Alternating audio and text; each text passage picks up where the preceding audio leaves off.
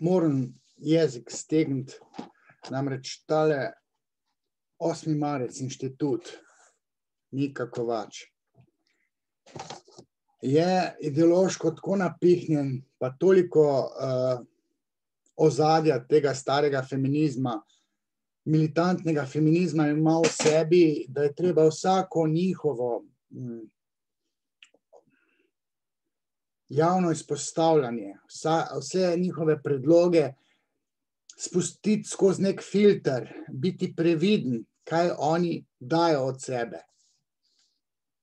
Zdaj, jaz ga spremljam, ker sem vodilni antifeminist in moram vse preveriti, kaj se na področju feminizma dogaja.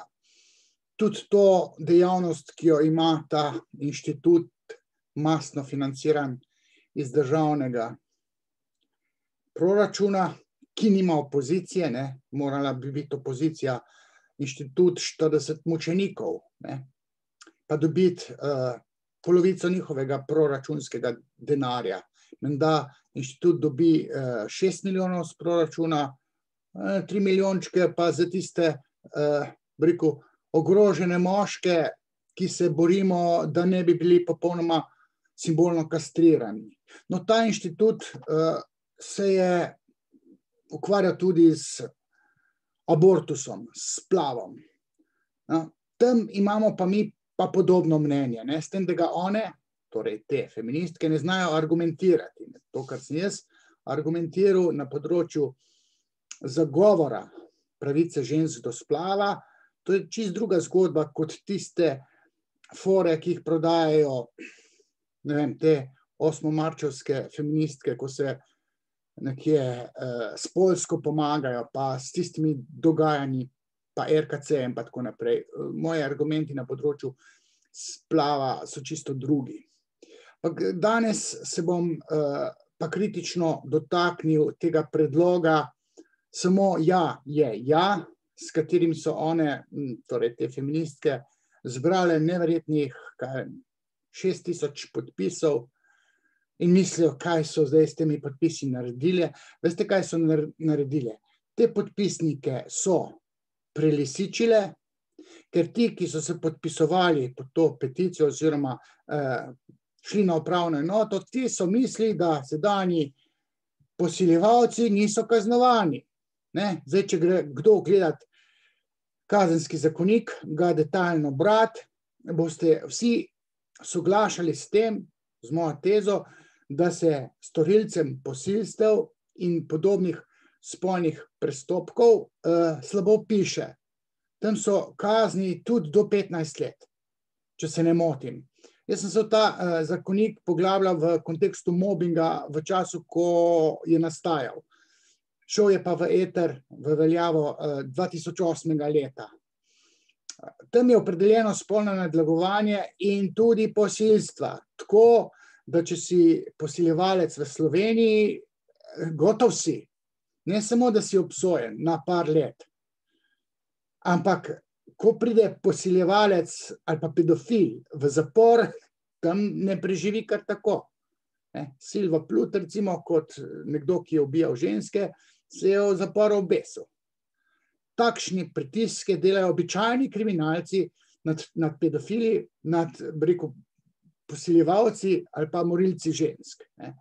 Tako da tisti, ki imamo žensko čislano kot prvi spol, če se izrazim v stilu moje knjige, ki sem jo napisal, prvi spol, ženske ste prvi spol, zato se jaz borim za pravice žensk, kjerkoli, ne čisto vse.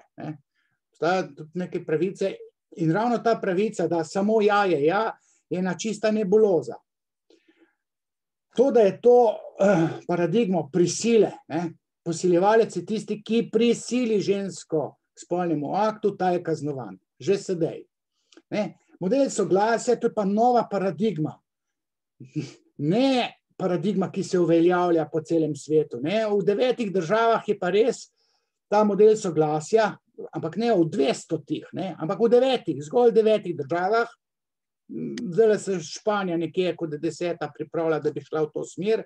Sicer je bila Danska zadnja, ki je to podpisala, tam je Irska, Velika Britanija, tudi Belgija, tudi Nemčija, Ampak zdaj se jaz v zakonodajo čisto ne poglabljam, ker te feministke so sposobne prikrojiti svojo verzijo resnice, tako da jim paše. Ne? Se pravi, model aktivnega upiranja pri aktu posilstva je tisti, ki se ga sankcionira.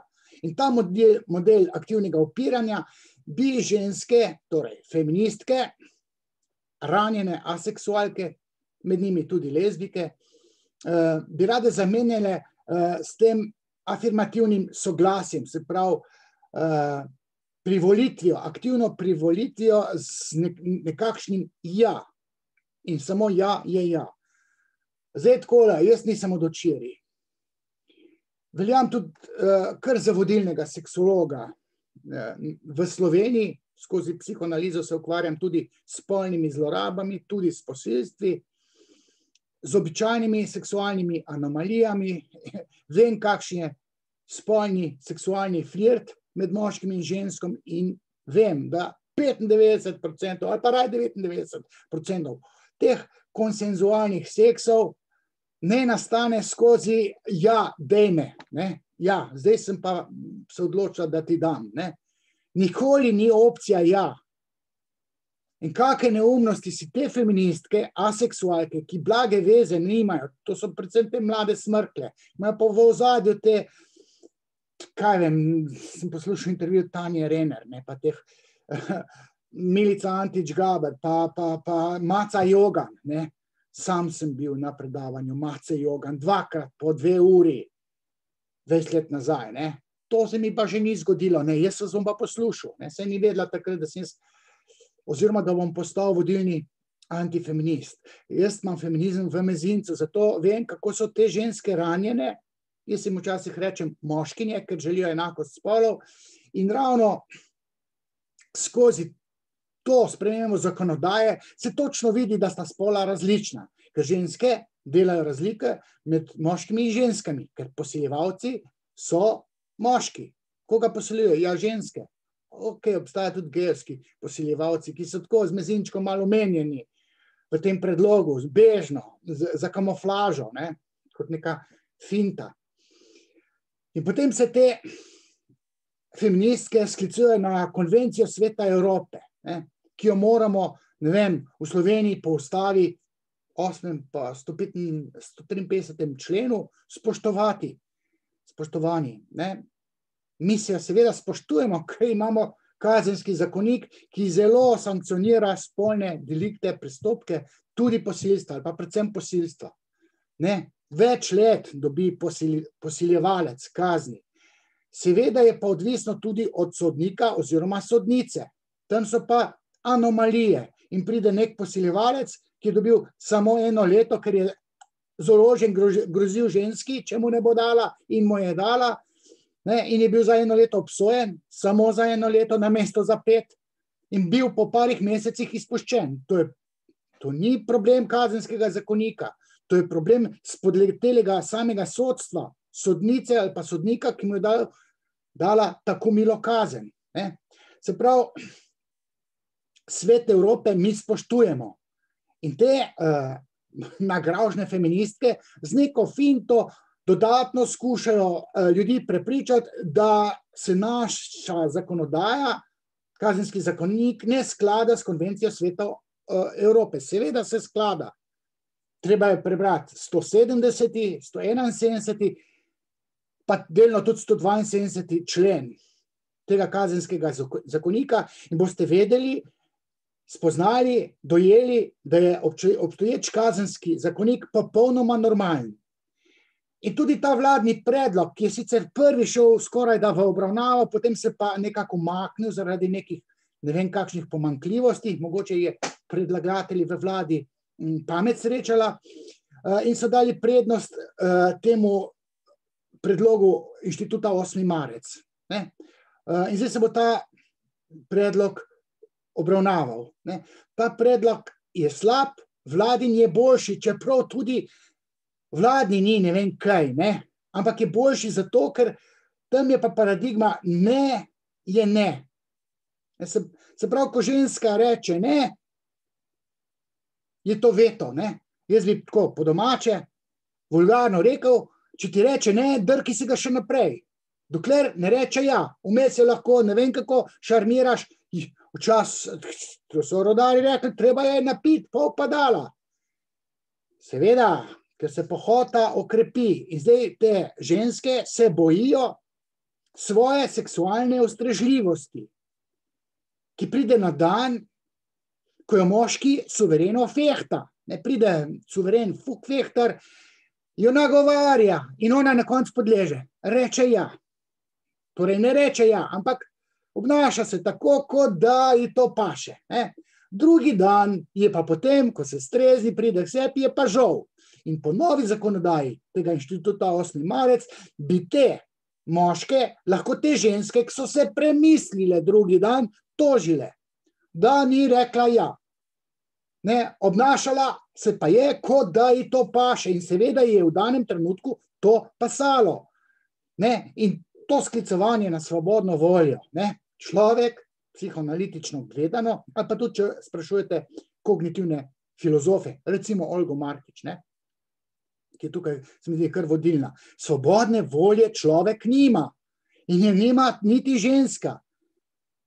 Ženska še posebej ne, zato ker tisto domnevno svobodno voljo, na katero vpliva tudi moralna razsodnost, se pravi močen nadjaz.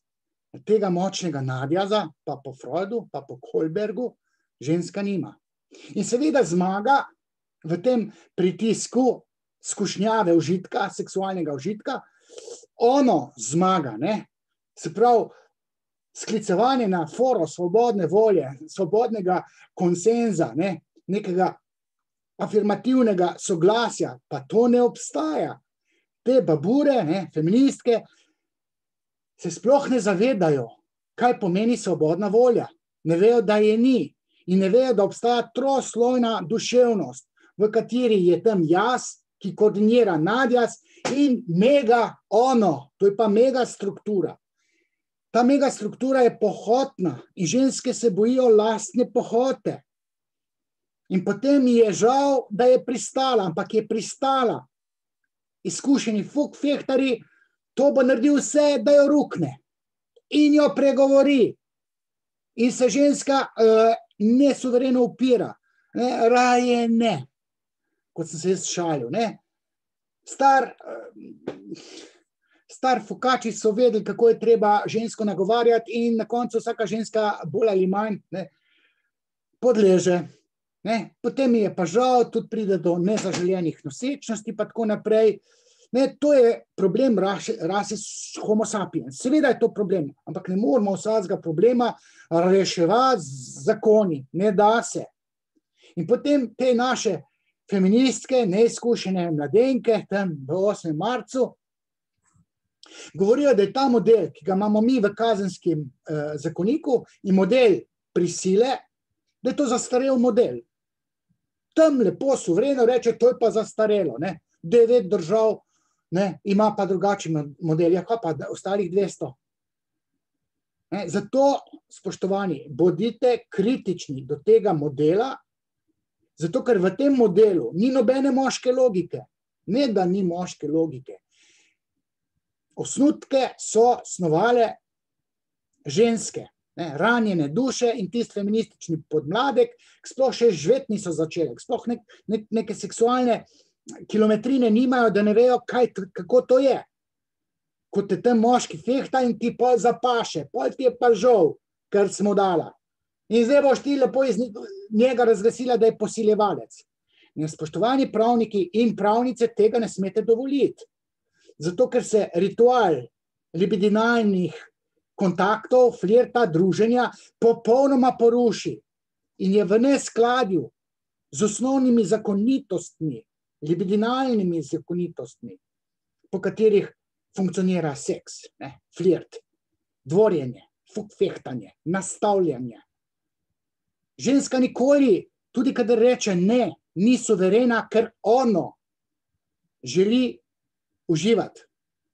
Freud je rekel, kadar pade devica, pade na hrbet.